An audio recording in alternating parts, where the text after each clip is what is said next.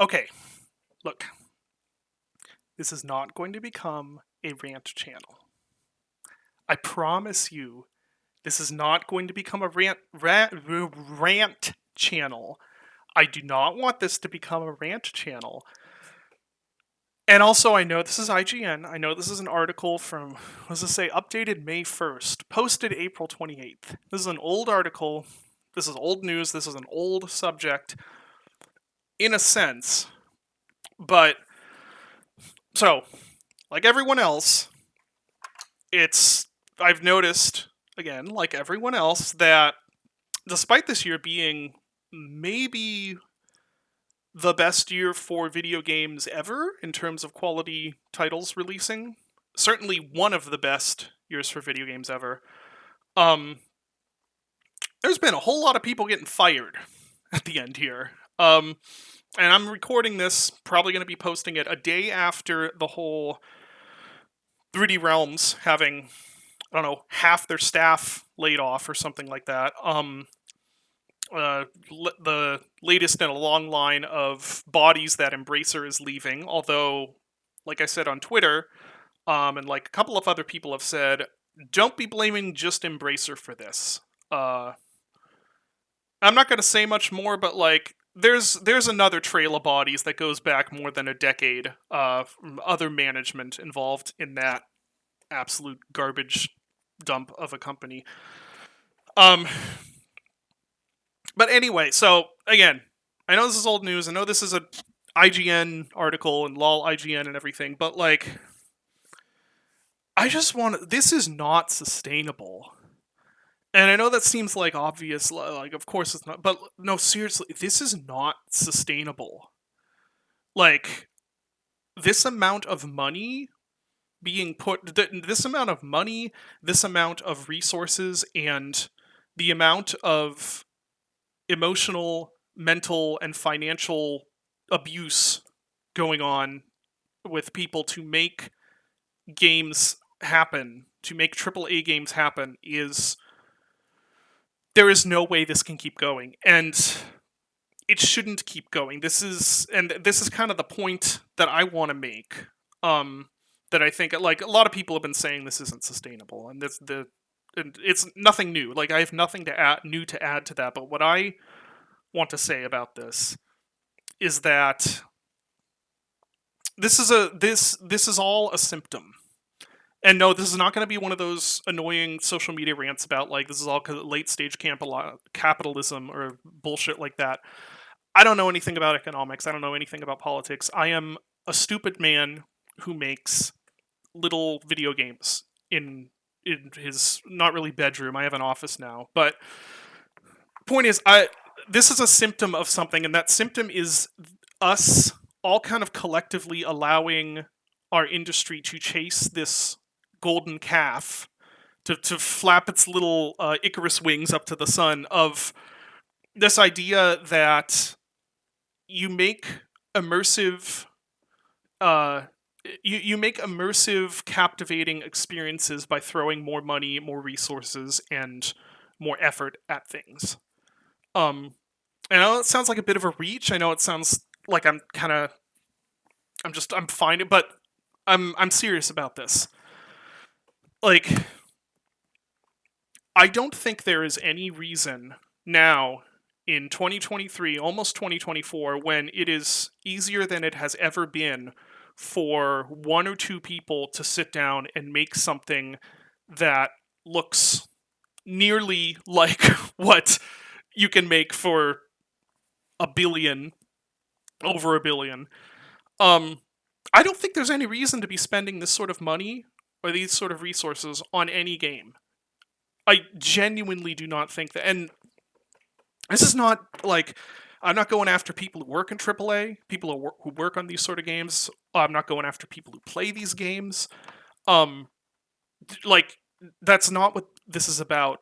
It's about somehow we have all gotten to this point of believing or letting this idea spread that if you're going to really make something important and something worth looking at and something that we're going to give awards to and things like that, you have to be putting the sort of money that would feed small nations into developing it. I think this comes from sort of a continual problem that games have had, which is that since games are so young, and since there's still a lot of things we don't have figured out, games have kind of just looked toward Hollywood and kind of copied what's going on there. And I think this is another. This comes from that, which is to make uh to make an Oscar-winning movie, you have to spend disgusting amounts of money. And that's kind of what's happened here, where this whole AAA thing, this idea of a AAA game, really didn't exist even just a few decades ago. The teams that made what we would consider giant classics now were basically indie teams. Um, this is a very new development, and not only is it very new, but it's just grown. It's just grown so much. I can't believe the amounts of money that are being put toward games, and like, and if you just look at it in terms of like, okay, yeah, the progress of technology and the more you're pushing graphical fidelity, the more people you need to make that happen. If you're going to have these lifelike animations and these blah blah blah, all this stuff, you need more people, you need more money to pay those people, or sometimes not pay them, as the case may be. Um, I just don't. I think this is a lie. It's like, well, that's not a lie. That is true, but I think um, I just don't know how we've gotten to this point. I guess I do know, but what are we gaining from this? What are we? And I don't mean as developers. I mean as players. What are we gaining from this? Like, what is this incredible amount of money and manpower and an incredible amount of sacrifices other human beings are making? What is that giving us? That what makes it worth it? Because I don't think there's anything that's making it worth it. We're getting situations of like, if you look at games 10 years ago, there has been marginal increases in what those games can do. And I'd say just about zero increases in how much actual value, entertainment, and that those bring to us as players. And I'm really at the point now, just seeing everything that's going on. And it's not just the layoffs, it's not just the budgets, it's also the fact that now, I mean, I just watched the Game Awards like a lot of people, and I just left left my computer feeling the soul sucked out of me. Like, I left being like, were the boomers right? Are video games terrible? Are they rotting our brain? Like, just trailer after trailer after trailer of giant, extremely expensive mechanisms for creating a dopamine cycle to try and get you to spend money. Just trailer after trailer of that. And the reason for that is because they put so much money into these things, they can't just make a good $60 game. They have to make something that's a service, a continual moneymaker. And again, I just don't think it's worth it. Like, what are we actually getting out of this? I don't think we're getting anything. Does anyone out there watching this actually want as many live service money pits as we have? Because I don't think any of us do. I think any given person has room for maybe one or two of those games in their life at best. Um, and really, and I'm kind of meandering, and I don't even know if this is that interesting a video. It's really just this one IGN article up on the screen and my face in the corner. But I don't know. Like, we have got to stop perpetuating this narrative, and it's kind of an unspoken narrative, but this idea that the ballooning budgets and manpower and resources and graphical fidelity that's being pushed and scope that's being pushed and all of this are in the service of anyone except for the the self-perpetuating giant companies. Again, I guess that sounds like it's getting into capitalism bad, and like I said, I don't know anything about economics or politics. I'm just a stupid guy who makes games. But it's just not true. It's not like, then you look in the other direction. Look at some, there's multiple examples of games that one or two people have made in their bedrooms that look like they could have come out 20 years ago that have turned into media giants. Um like, do you think Five Nights at Freddy's or Undertale or what is that game everyone's playing now? Lethal Company, I think, right? Like, Lethal Company's a, you know what? I don't even know anything about Lethal Company. Maybe I shouldn't talk about that. But my point is that, and I know you'll hear be like, oh yeah, well those are Zoomer games. Zoomers don't have good taste. But the point is, like, these are games made with no money that look like games did 20 years ago, and they landed with a huge number of people and are like, they're beloved and have spawned, like, maybe less so Undertale, but definitely Five Nights at Freddy. Like, these are the games that, these are the things that people are going to look back on 20 years from now fondly. And I don't care what your opinion is of any of those, like, you know, the Zoomer, like, Gen Alpha, whatever.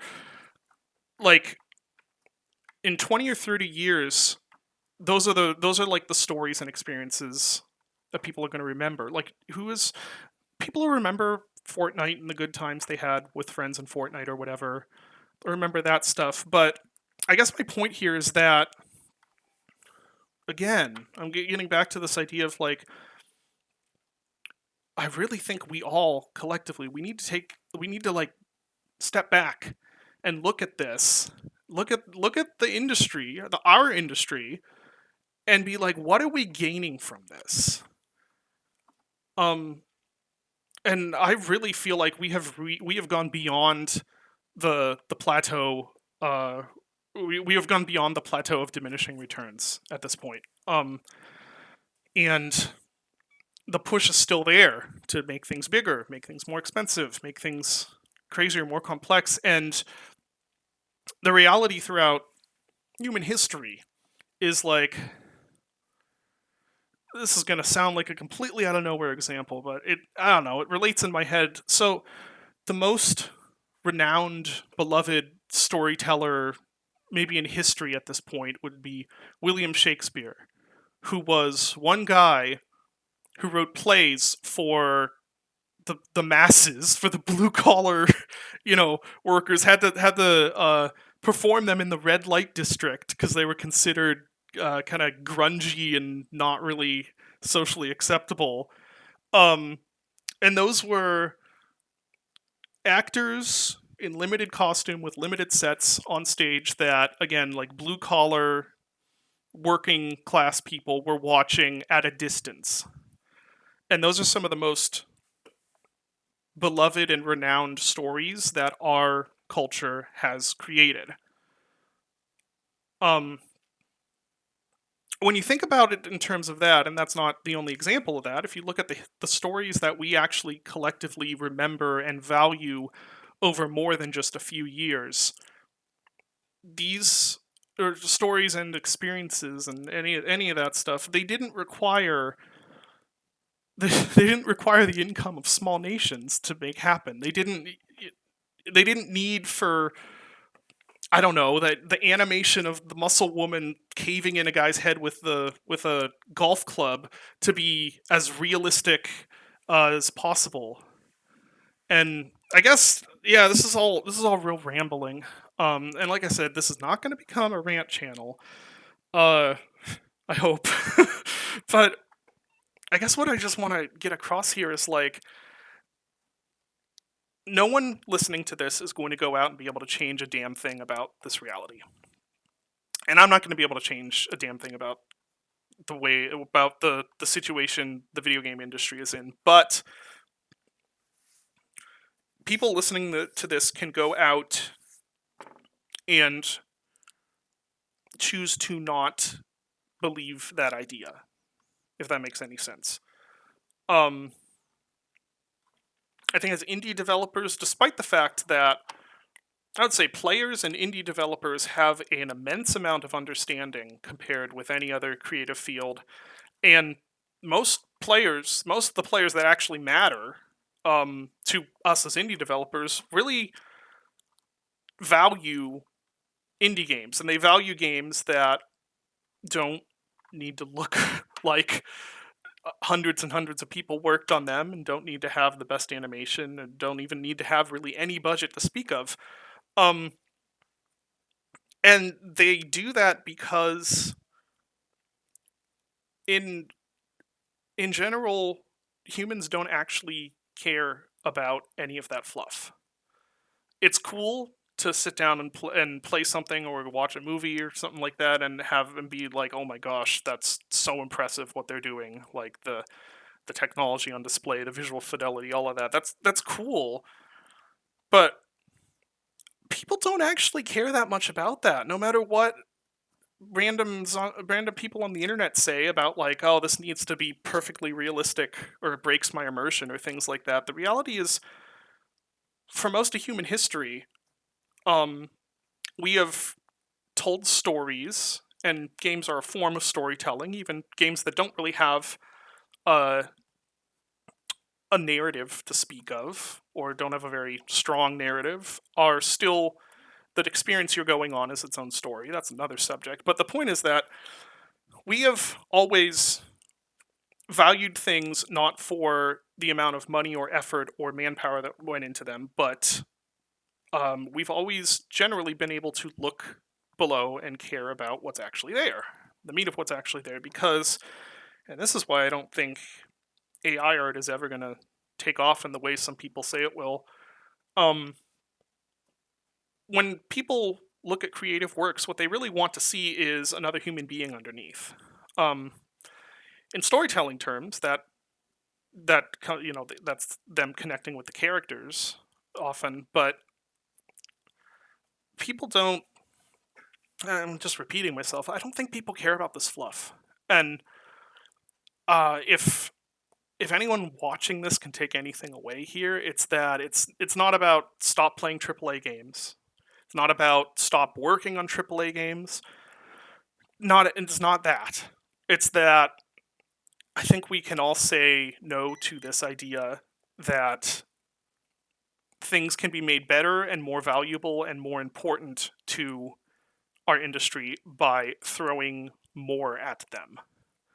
And I think that developers can, basically just continue doing what we've been doing as indie devs. And yeah, I don't know. This has been a very long, meandering thing. It just there's something happening here, and it's all related. And I don't mean that in a conspiracy theory way. I just mean that like the ballooning costs, the amount of people being laid off, the culture in AAA game development, which is atrocious, of like the way it chews people up and spits them out, the way games have gotten more predatory toward players, the disillusionment a lot of people are feeling about games. I think this is all related, and I think this is all related to this narrative we've chosen to believe that the way you improve and the way you make something have more meaning and more value is by making it grow and making it more. And yeah. And I guess I don't really have a solution to that other than to say I think we should start talking about how that's just not true. And I don't think that's held up by any of the history of art, which is for the most part made up of a lot of works by one or two people, uh, not necessarily with a lot of money, doing just telling stories or making visuals or making music or audio and whatever, what have you, that resonate with other people. Um, and I guess the one thing I want to end with in this big long, maybe valueless rant, is that I think what I've said, what I said already is that people, whatever they might say online, um, people do resonate with things below the surface, um, below all of the glitz, below all the money and stuff like that. And we do not have to go along with this idea that you make something better by making it more realistic or making it look more high production, um, or making it perfect for that matter. Um, yeah, and that's, I guess that's really all I had to say here. I don't know if this video matters to anyone. Um,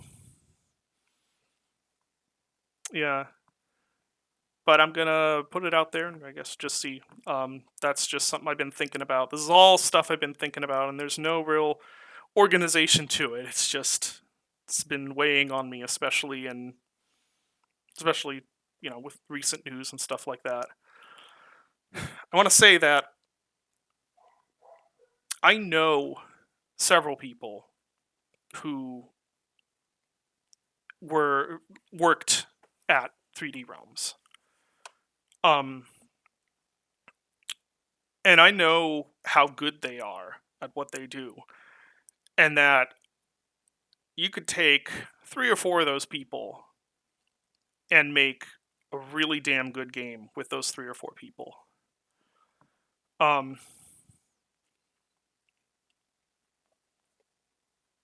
don't even know where to go with that. Just, I guess, just ties into that. Like,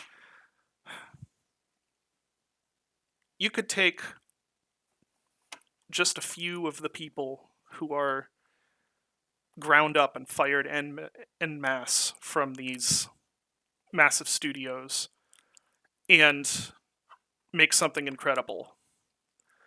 And that quality of person is ingested, chewed up, and spit out dozens and dozens and dozens at a time on a yearly basis to the tune of millions of dollars, um, without really doing much that is any better than just a few of those people could do, uh, working in better conditions.